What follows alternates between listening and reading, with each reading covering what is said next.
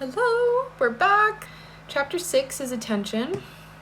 A double-minded man is unstable in all his ways. Attention is forceful in proportion to the narrowness of its focus, that is, when it is obsessed with a single idea or sensation. It is steadied and powerfully focused only by such an adjustment of the mind as permits you to see one thing only, for you steady the attention and increase its power by confining it. So when you have only one thing to focus on, your attention is more focused. It's more powerful. The desire which realizes itself is always a desire upon which attention is exclusively concentrated, for an idea is endowed with power only in proportion to the degree of attention fixed on it. So anything in life really only has the power that you give it. The amount of attention that you put into something is how much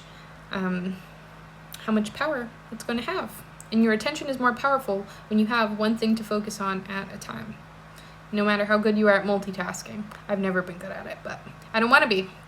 Concentrated observation is the attentive attitude directed from some specific end. The attentive attitude involves selection, for when you pay attention, it signifies that you have decided to focus your attention on one object or state rather than on another. So focus on one thing at a time. Therefore, when you know what you want, you must deliberately focus your attention on the feeling of your wish fulfilled until that feeling fills the mind and crowds all other ideas out of consciousness. The power of attention is the measure of your inner force. Concentrated observation of one thing shuts out other things and causes them to disappear. The great secret of success is to focus the attention on the feeling of the wish fulfilled without permitting any distraction. All progress depends on an increase of attention. The ideas which impel you to action are those which dominate the consciousness. Those which possess the attention. Okay, so everything that you act upon is only the idea that's dominated your consciousness. Whatever is being held in your consciousness is what you act on.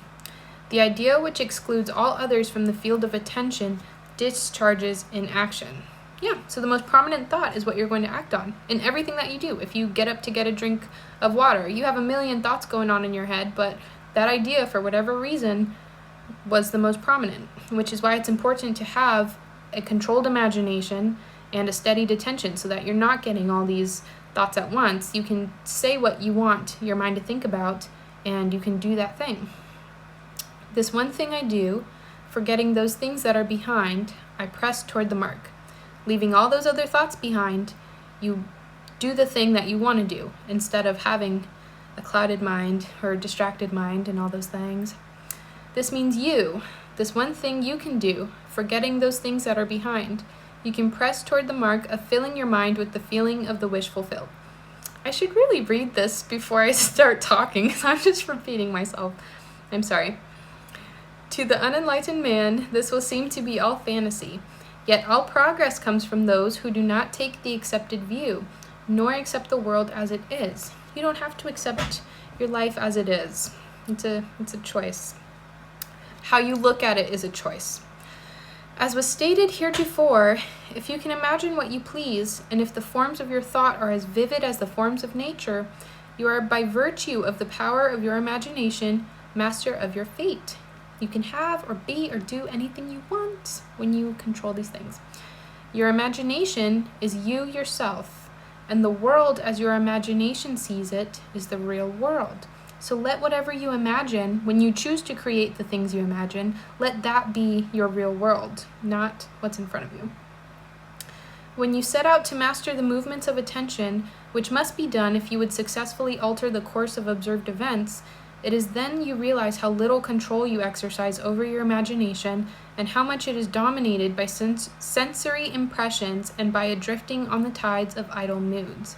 He's saying that when you start to learn to control your attention and your imagination, you don't realize how little control you actually have over your choice of you don't realize how much control you have over what you think about and what you focus on, because we have so many senses. We have everything that we're looking at, everything we smell, that we taste and we touch, how it feels to sit when we're sitting. There are so many sensory impressions that are happening at once. And our mind is always thinking about probably the next thing, or we're always feeling something that happened. I don't know, not right now, you're never in the present moment feeling what you want to be feeling, because we're drifting on idle moods, and our mind is dominated by sensory impressions, as he says. To aid in mastering the control of your attention, practice this exercise. And this works, okay? This is a very good exercise. Excuse me. Night after night, just before you drift off to sleep, strive to hold your attention on the activities of the day in reverse order.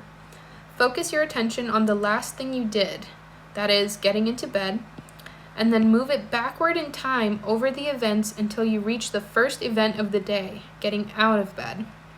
This is no easy exercise. It's not super simple, but it's really fun. I enjoyed doing this. But just as specific exercises greatly help in developing specific muscles, this will greatly help in developing the muscle of your attention. Your attention must be developed, controlled, and concentrated in order to change your concept of yourself successfully and thereby change your future. Imagination is able to do anything, but only according to the internal direction of your attention. If you persist night after night, sooner or later, you will awaken in yourself a center of power and become conscious of your greater self, the real you. The more control you have, the more power you have. Attention is developed by repeated exercise or habit.